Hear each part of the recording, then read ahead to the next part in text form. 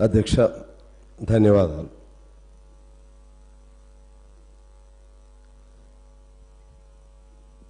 మొన్న 4 రోజుల క్రితం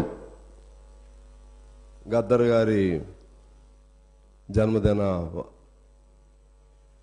జన్మదినాన్ని పురస్కరించుకుని ఆ రోజు మన ముఖ్యమంత్రి గారు అలాగే ఉప ముఖ్యమంత్రి గారు అందరూ వచ్చారు. మేము కూడా వెళ్ళాం.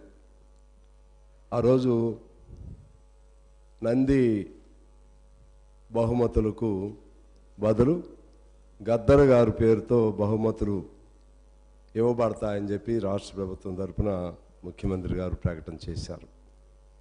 నా దృష్టిలో ఆ రోజు మన తెలంగాణకు నిజమైనటువంటి 10 ఏళ్ల అనుభవం వేరు, కొత్తగా తెలంగాణ వచ్చింది అనే భావన ఆ రోజు కలిగిందని నేను మీకు తెలియజేస్తూ ప్రభుత్వాన్ని మనస్ఫూర్తిగా అభినందిస్తున్నాను. అది గద్దర్ గారికి ఇచ్చినటువంటి అవార్డు కాదు.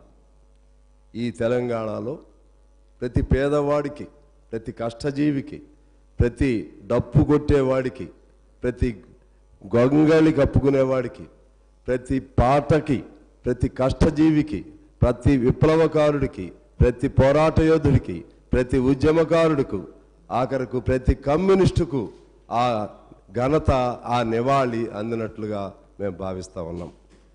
అదేవిధంగా మన జయ జయ హే తెలంగాణ జనని జయకేతనం అందశ్రీ గారు, ఆయన ఏం చదువుకోలేదు, కానీ ఒక పేదవాడి కుటుంబంలో పుట్టాడు. అంటే భావం ఉంటే, మట్టిపైన ప్రేమ ఉంటే, మనిషిపైన ప్రేమ ఉంటే, చెమటపైన ప్రేమ ఉంటే ఆయన ఒక కవి కాదు మహాకవి అవుతాడు అనేది అందశ్రీ ద్వారా రుజువు అయ్యింది. ఆయనే అన్నాడు, మాయమైపోతున్నాడమ్మా మనిషి అన్నవాడు, మచ్చుకైనా లేడు మానవత్వం ఉన్నవాడు.